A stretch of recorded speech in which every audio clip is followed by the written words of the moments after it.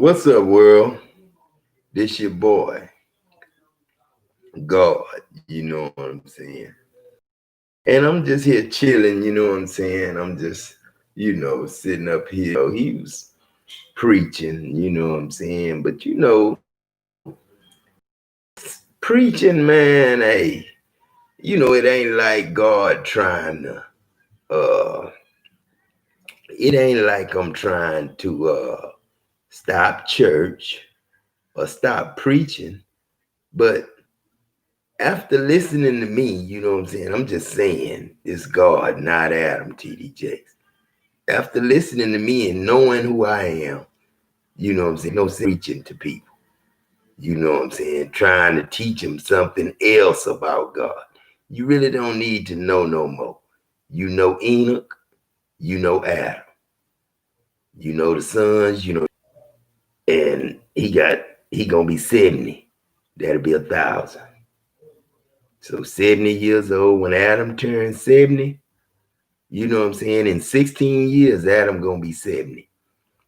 And hopefully, if everything go right, if he don't change before then, when Rowan Zakavian turns 21, Paul will turn 21 with me from 70 to 21. And that's 16 years from now. I'm 5 now, this is Zakavian. Now, Paul, if you could hold on to the end and just coach us until we grow up, we'll make sure you live forever.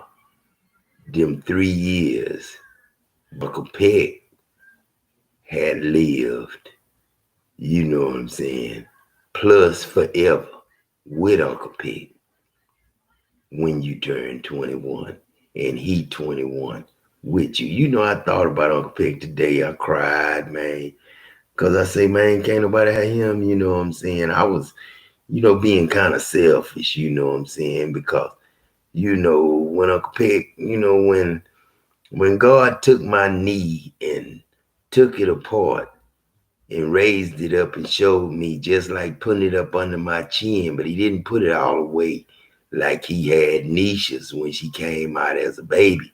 It was folded up to her chin, her toes was under her chin. Like she had got ran over by the post post postal truck, you know what I'm saying, and was died like that, and then came back to me in 2000 after death, like being resurrected, just another seed in her mama to be made whole. Then the doctor wouldn't let me come in because I don't know if I'd have knew what to say if I'd have seen it come out like that. So when the doctor told me about it, the doctor told me in the hallway, he was like, your wife, she seen the baby and everything, and I told her what I'm telling you. But he said, it's going, when she get ready to walk, you're gonna have to take her to a specialist. And I'm gonna give you a list of specialists. And they all good specialists. And when she turned a certain age, 3 or 4, I mean 1 or 2, close to 1 or 2, then she's gonna start walking. Close to 1, she's gonna start walking. And she's gonna need a brace the rest of her life, probably. She's gonna probably need a brace. That's what he told me. So I said, man, she is deformed, you know what I'm saying? I ain't say retarded, she wasn't retarded, it's just deformed, her knee wasn't right. So, I seen her, you know what I'm saying? And I went to the window, looked at her, was admiring her, you know what I'm saying? And looking at that leg. Screen off. I was looking at that leg, you know what I'm saying? Folded up, you know what I'm saying? And then the lady, she signaled me in, she said, come here, you know what I'm saying? So I went, and I, she let me touch the baby. And I pushed the leg down, you know what I'm saying, straightened it up, see if it would straighten up, tighten up or something. And then she moved like she wanted to move and then get comfortable. And she would lift that leg up and put it back under her chin and roll up, and turn, her head to the side like she was comfortable that way. And I was like, man, this ain't right, God. This ain't right. So I, the lady told me, give me about 30 minutes. I'm going to clean her up.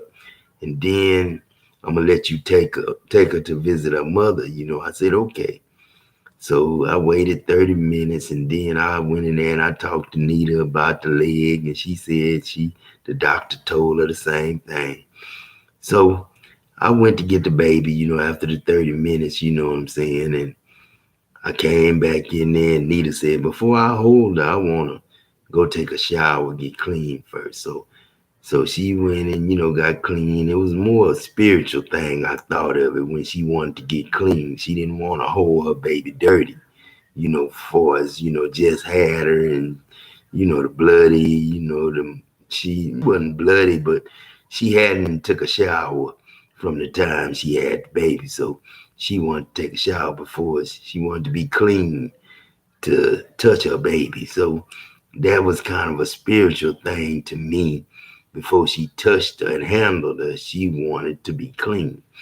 So, I put the baby down in the carriage and help her go to the bathroom, get to the shower.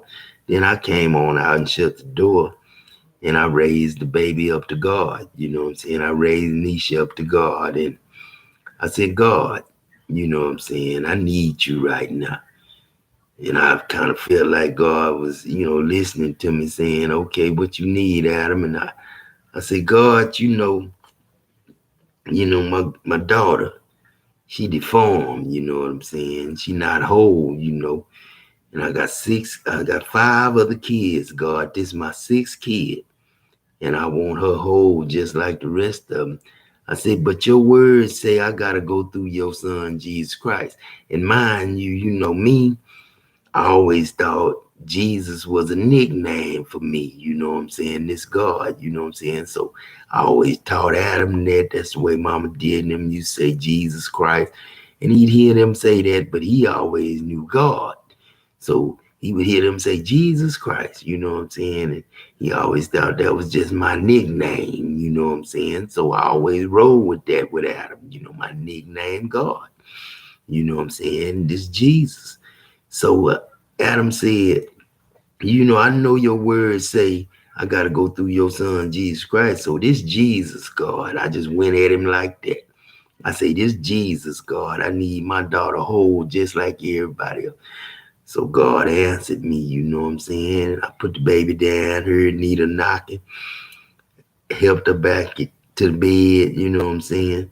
When she got in the bed, she asked for the baby, you know what I'm saying? And I gave her to her and she unwrapped her. And from that day to this, she never had to rest her leg. Her knee didn't turn the wrong way. It turned the right way. And it just locked up that way to where it was good. And God healed it. Now, when she went to crawl, she was kind of crawling funny because the bad leg she would try to step up on. And then she was on her feet on that. But she would crawl with the other knee. The good knee she would crawl on. The bad knee, she tried to step up. She was trying to get up on that like it was better than the other one. Because that's the way my arm was, you know what I'm saying? Like now my arm is tight. Feel like I got a sleeve or something, wearing a sleeve on my shoulder to my elbow. You know what I'm saying? It get, better right here. But then right here is strong like a bionic arm. Because when I had the strokes, I kind of explained that the other day. The strokes are like, you know, like like steroids, you know what I'm saying? Welding is like steroids. Love is like steroids. All that is like steroids, you know what I'm saying?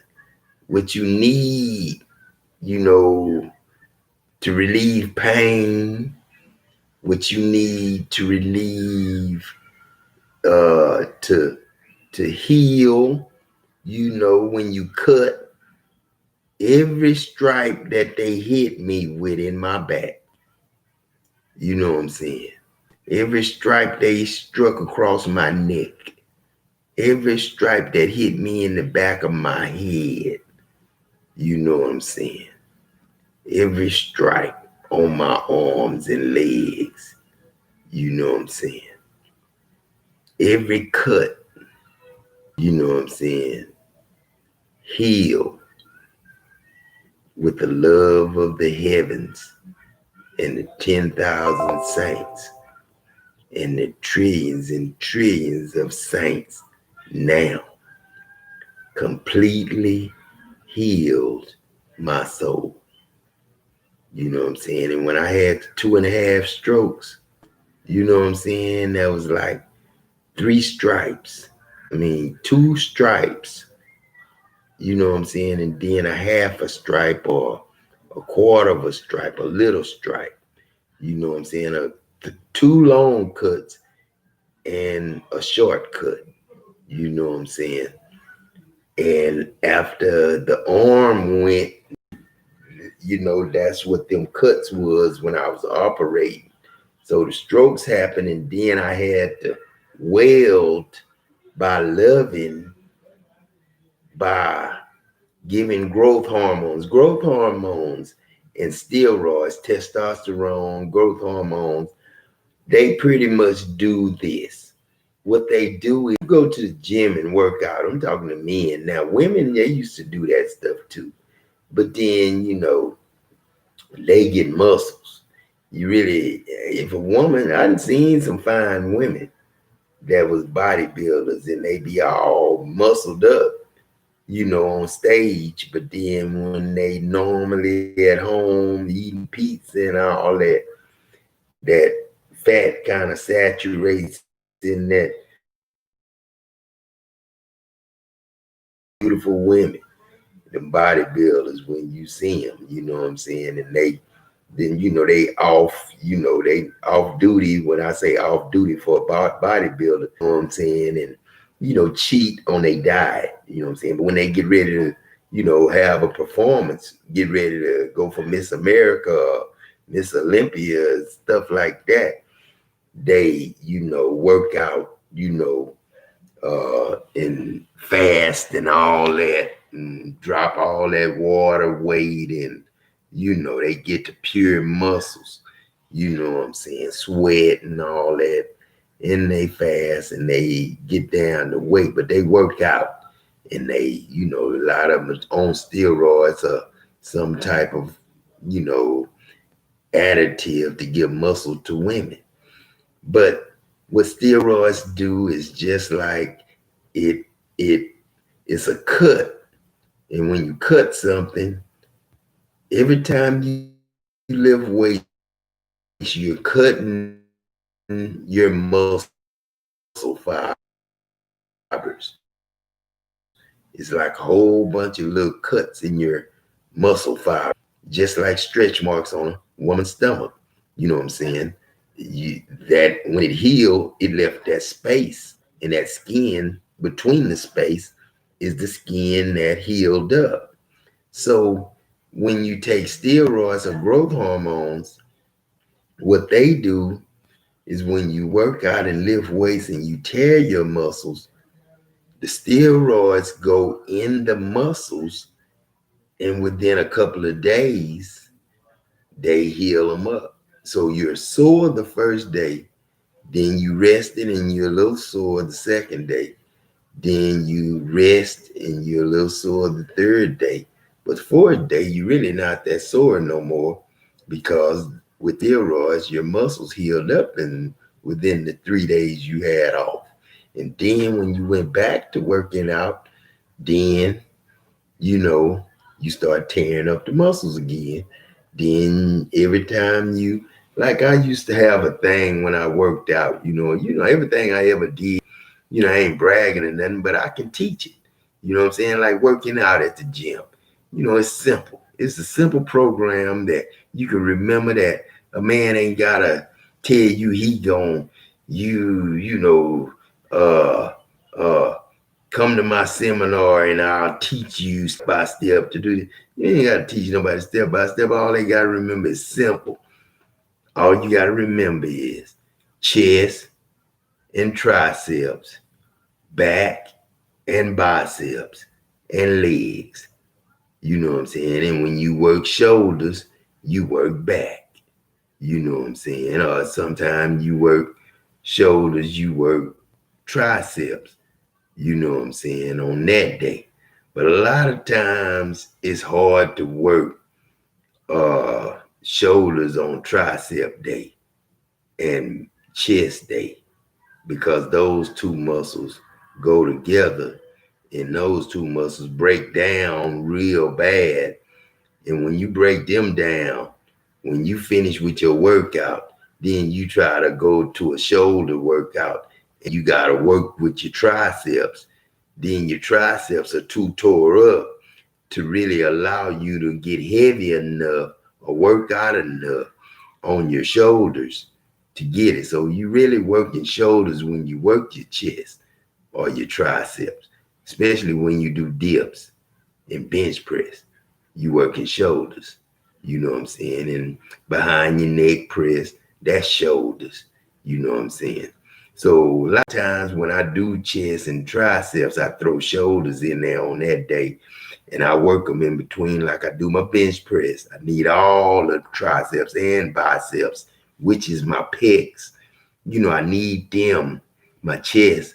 I need my chest and my triceps to work together because when you pushing, triceps get bigger and chest get bigger.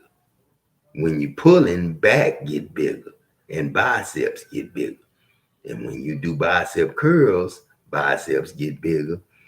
But when you do tricep curls and push down, the triceps get bigger. You know, and it's simple. It's real simple. You really, you know, I just told you something for free that you can do the rest of your life and keep your body in perfect shape. You won't have a big old belly. You won't have a messed up booty, and you have uh, a flat stomach. You know what I'm saying? Nice thighs, nice, you know, chest, rack. If you're a woman, you can have that and all that there. But you know, all we really worry about is waste management, waste management, because waste is our waste, and then that's waste, you know, that we got in us, waste shit, you know, keep your colon clean, and you know, do the things you're supposed to do, have regular, you know, sessions on the toilet, and you'll be all right. And that stomach will go down. And it's a mind thing, it's a belief thing, it's what you believe. If you believe you fat, you're gonna be fat. But if you believe you're gonna lose that weight and get down and fine again, you're gonna get fine again. Cause I walk the streets now, I'm a slim dude. You know what I'm saying? I ain't got that much stomach. I ain't got that much stomach. All I need to do is do some sit-ups and get that little puddle to tighten up, you know, and be a stream. And then, you know, all I gotta do, you know, hit that chest, you know, hit them chest muscles and them pec decks, you know, and go on get them right. You know what I'm saying? Get that chest right. And then I'm good. You know what I'm saying? Thighs, they gonna be good anyway. And then, you know, if I get that woman, like I say, that best friend, you know what I'm saying? And, you know, a few fellas, you know, hang out with me. And then we go in the gym and do our thing, you know, and like I say, that woman that's with me, you know, I ain't really looking for no wife. You know what I'm saying? Because I know the word, and the word, we ain't supposed to be married. So, you know, Eve is a woman that I never got papers on. All I did was loved her, and she loved me. You know what I'm saying? She helped me. Saying help me. That's all she was, a help me. She helped meet my needs, like them steroids do them cuts in the muscles, like love do to people who need, healing in any area. Cause you gotta breathe good to, you know, uh love, you know what I'm saying? Love, man. She love, man. Man, I taste love, man. I taste love. You know what I'm saying? I taste God. You know what I'm saying? I taste, I can tell if God or the devil, I can tell the difference between God and devil by the taste of the air and the sound of the voice of people. You know, man, when I turned into God, you know what I'm saying? I say I turned into God.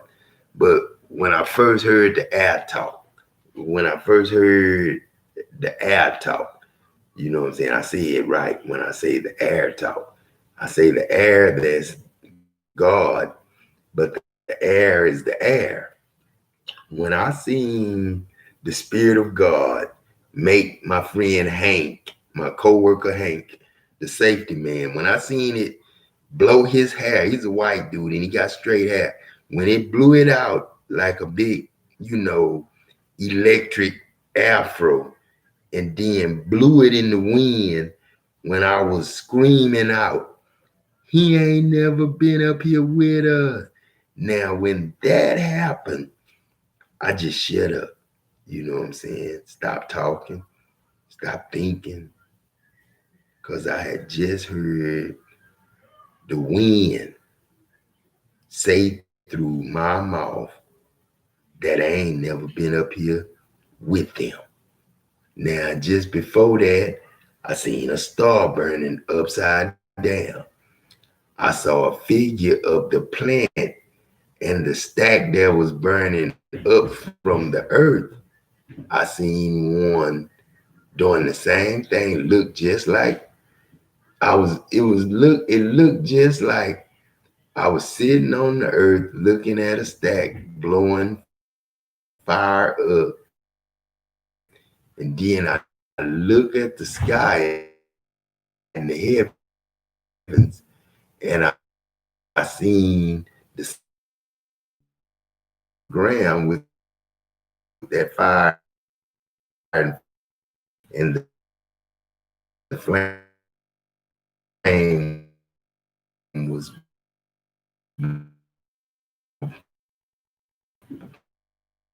coming down at the same rate the flame was going up on earth.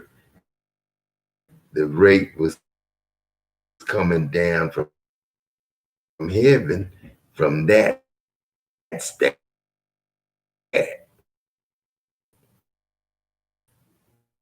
Ain't never been up here.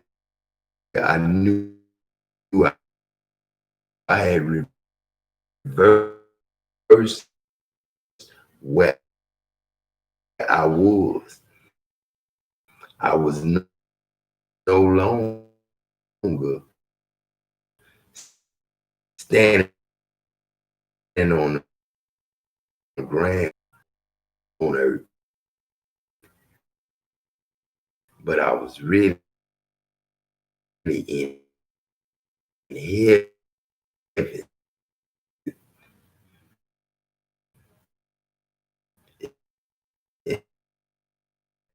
Down, down there, just like on Sixth